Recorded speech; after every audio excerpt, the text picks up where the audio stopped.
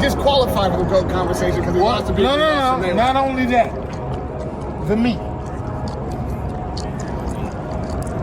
Even though he got technically I'm just saying, when you got the steroid cloud around you, and you got 2 losses, and arguably another loss on your record, how you gonna be? He's an excellent fighter. Don't get me wrong. He's a great fighter. the fighter of this generation. He's a great fighter. He's a great fighter. When you got steroid things over your head, right? When you got that kind of stuff, when you ain't 100% clean, can't be in that conversation. you can't be in the conversation. It's for real. That's what happens to people that take steroids. When you take steroids, you have to know what you're doing. You got to look at the end. So you got to say to yourself, do I really want to get caught with that? What does it do to me? Do I want to really take that chance? Is all this money for this? Is this what I'm doing to myself? No.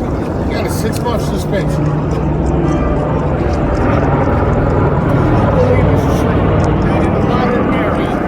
Everybody's cheap. No. The ones who are getting caught are the ones who are getting punished. People that cheat don't believe in themselves. Exactly. And people that cheat don't want to do the work. They don't want to do the work that it takes to be a champion. They want to do it like easy way. Oh, let me just pump this. It'll make me work hard.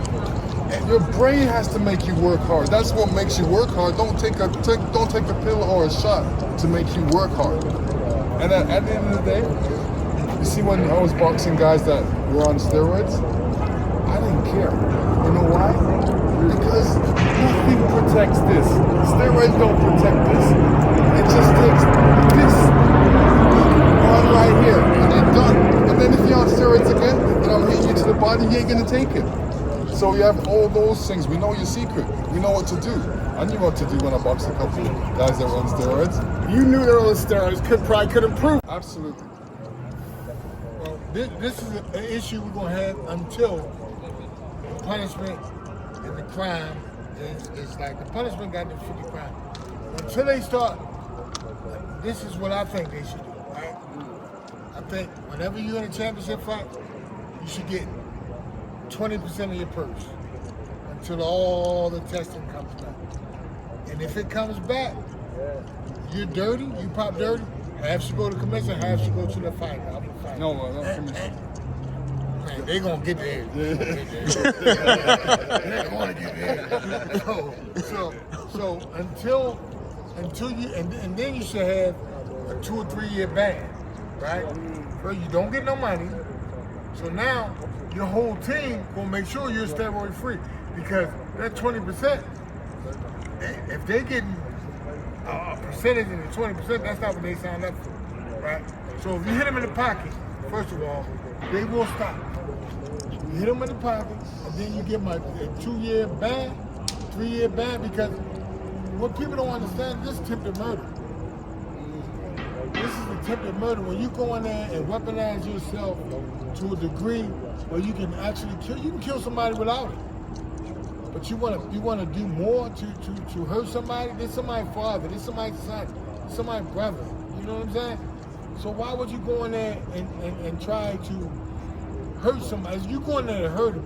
What I'm saying, to intentionally juice yourself up, to really be able to, you can hit somebody the wrong way and change their life forever. You know, and when people keep slapping them on the wrist, and I just want to see good fights, and they're gonna keep doing it. Take the money and suspend it. With all that said, and the changes that are coming in the sport, like we see this massive event, these guys are getting paid tens of millions of dollars, but what's being implemented underneath, there's no significant undercard on this fight. These are stars. I'm about to do something called the underdog. Don't need it. They're building this different model that is UFC style, MMA style payment for fighters.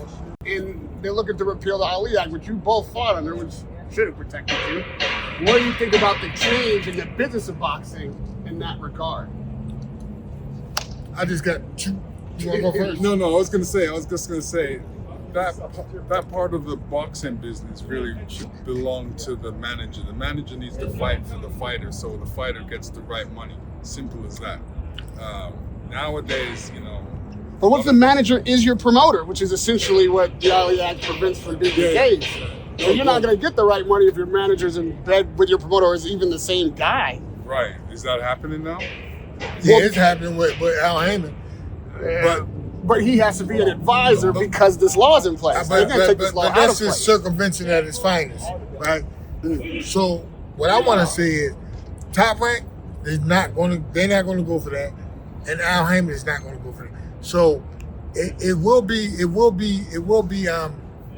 talking about the league, right? Yeah. So you people will have options, right? People will have options. Right? I don't know if they have options now. I mean, the biggest fights, if this is the hub of boxing, the people we've seen on the stage today are doing the biggest shows by far. True, but there's the other promoters that were doing the biggest shows. They're not going to sit back and just watch these guys do shows. They're going to team up. Yeah, they're going to do their own shows. Guys, where's the stable? Other fighters need to fight. There's tons of fighters out there that needs fights. So where are they going to go? They can come here. Where are the stars that are outside of either Riyadh season now, TKO, like these fights that are on Netflix, that are on DAZN? They're there. They're there. I got an answer for you. I have an answer for you. They're with them, right? Mm-hmm. But that's not what they're proposing in the future. When they propose what they're proposing in the future and minimize the pay, then it's going to be spread out evenly again, you know. And then people will say, "Well, I'm not." Of course, you're going to go there if you throwing $1 billion at everybody. You know what I'm saying? I got this $1 billion. Let me chop this up and get them. All right, they coming. But now, what you're doing in the long run, you've really baited the switch. You're bringing them over, and if you're going to just start paying them pennies, they're not going to. Now, Bob looks more attractive. Now, Al looks more attractive. Right now, they don't. And then really it comes to, who's broadcasting them. Broadcasting deals. There's big broadcasters out there. It's moved on from HBO and Showtime. So it's more money, more data they need, and bigger fights, bigger events. The flip side of that argument is that you'll get now the matchups that you want to see when you want to see them. There'll be no escape for these fighters from putting these matchups on in the time these fights should happen. That's what we want. Right? Yeah. So is that a trade-off that we're willing to accept? Right? There's no more superstars in boxing that can dictate $20-30 million a fight, but at the same time, it's more like a UFC model where you get a stacked card, you get constant competition, fighters fighting when they're supposed to be fighting each other, but they're not making nearly the money. There's a lot more entertainment value consistently. Where do you put the importance on the fighters being paid the most they can do in an open free market, or the fans getting the most they can get for their dollar? Both. I think it's a choice. I think at this point, you got different people doing different things. Yeah, that's you got promoters over here doing exactly different promotion. They're trying to bring up talent. You got these guys over here. They're only dealing with top guys. Who's the top guy? They're looking for top. Yo, you're the top guy. Come over here. You need to box over in Riyadh season. Simple as that. But top guys don't necessarily want to fight top guys at the intermediate level, right? Right. Like when he got 8 fights, 10 fights, he don't want to fight the number one contender. Maybe he did, but I'm saying no. It's a build-up. You gotta build. That's what I'm saying. You gotta build it up. So like, if he fight the number one contender in his 5th fight or 6th fight, maybe he lose. But if he build his career the way on the trajectory that it occurs, then it don't happen. So I'm saying, if you can have a fighter, right? You can have a fighter. This happened to me, right? You can have a fighter that the proposed fight come, right? And the fighter may not be ready for that fight. But then a year, 18 months later, he dog walk the guy. So it ain't always when the fans want to see it. Sometimes the fighter is not ready, and you'll get a better fight if you just let it simmer a little longer. And let me just say something as well. Please. You're talking about Benavidez. He's the boogeyman for them, man. He's the boogeyman for Canelo. So, Canelo was wise to stay away from him right now, because right now, he's at the top of his game. And if he meets certain people out there, they're gonna end his game right now. Well, if he's staying away from him now, Benavidez ain't gonna get no easier. Benavidez is now at 75. Canelo ain't gonna get no younger. Never gonna fight Benavidez. Never happening. No, never. And he shouldn't. Never. He's never. I think he owes it to the people, because I think that's a great matchup that he's not allowing the people to see, and I believe that he should make that fight, and I think he may make that fight as his last fight type of thing. He wants to go out like taking that chance. I'm gonna take the chance now, but you know, there's nobody else around. He's the last man done. They got to give him every Wells Fargo in the world for him to take that fight. Let me ask you one more question about this era thing, because you grew up, you fought in a time when it was still the like being undefeated was the thing, and even more so in the Mayweather era. But what we're talking about, this change happening, fighters that are elite, that are on the come up, people know that they're going to be stars, fighting each other sooner because TKO says, hey, that's the fight we want to see now, not 3-4 years from now. People are going to get losses. But again, the product that you get is going to remain significantly entertaining, and you'll get those fights earlier. Plus you improve. A loss doesn't mean you lose. A loss means that you've made a couple mistakes that you need to improve on and go fix. And then you come back, you fix it. You fix the loss in that sense. So what? You've got a loss. Now it's really how you look in the future, how you come back. Would you rather have fought in an era like that where you could have a loss and fight these guys earlier, get Tyson when you should have got him? I don't know. I think God picked what he wanted my life to be like. It's not going to be sustainable. Really? I don't think it's going to be sustainable. I think it's going to be a select few that's going to go that route. And it's going to be a good UFC-ish type boxing going on. But then you're going to still have regular guys, because you got to have all the sanctioning bodies. They're not going to die. They're not going to be on board with all of this kind of stuff anyway. So they really going to have, it's going to be pick and choose. And then you got, it's like the NBA and the ABA. You know what I'm saying? So it's like you're going to have both sides. And then world championship belts are going to always mean something. You think?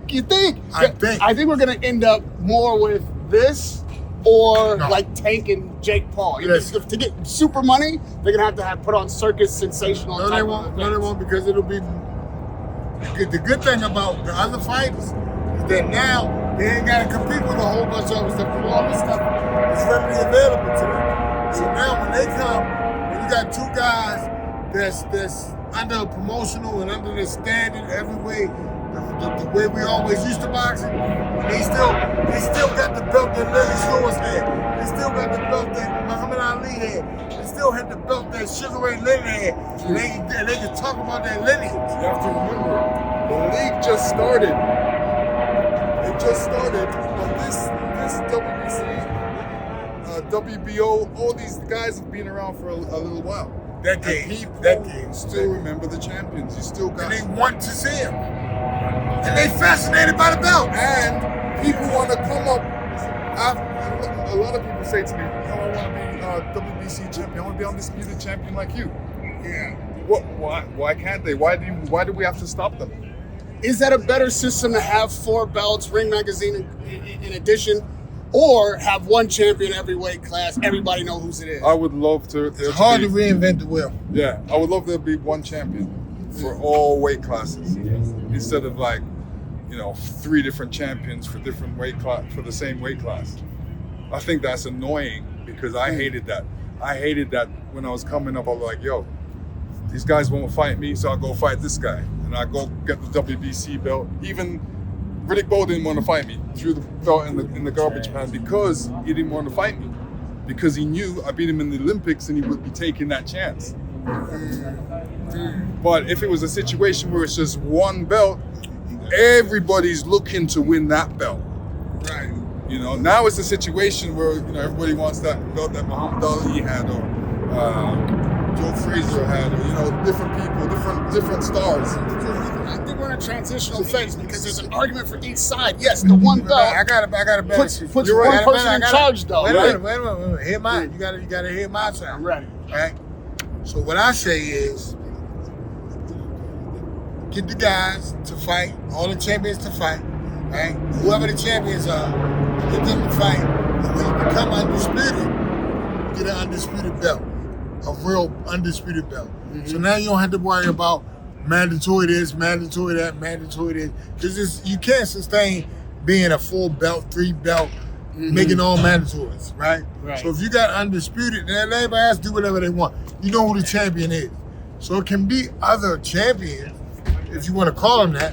But I'm saying, the main guy is the main guy. This guy is a problem. Like, I kind of came into him with some force, and I was like, You didn't move it at all. at all.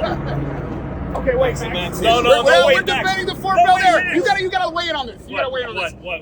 Is it better to have one champion in each division? Of course. But the 4-belt era gives us opportunities for fighters to become champions. No, it doesn't. No, it and then doesn't. fight No, what each it other. does, what it does is create no champions. It creates belt holders that you think it's an opportunity, but if boxing was organized where he was the heavyweight champion of the world, we all knew that. He was actually the heavyweight champion of the world, and there are 15 guys with belts who weren't. Because there are 15 guys with belts that were never really champion. You were actually the heavyweight champion of the world because you knocked him out. That was the champion.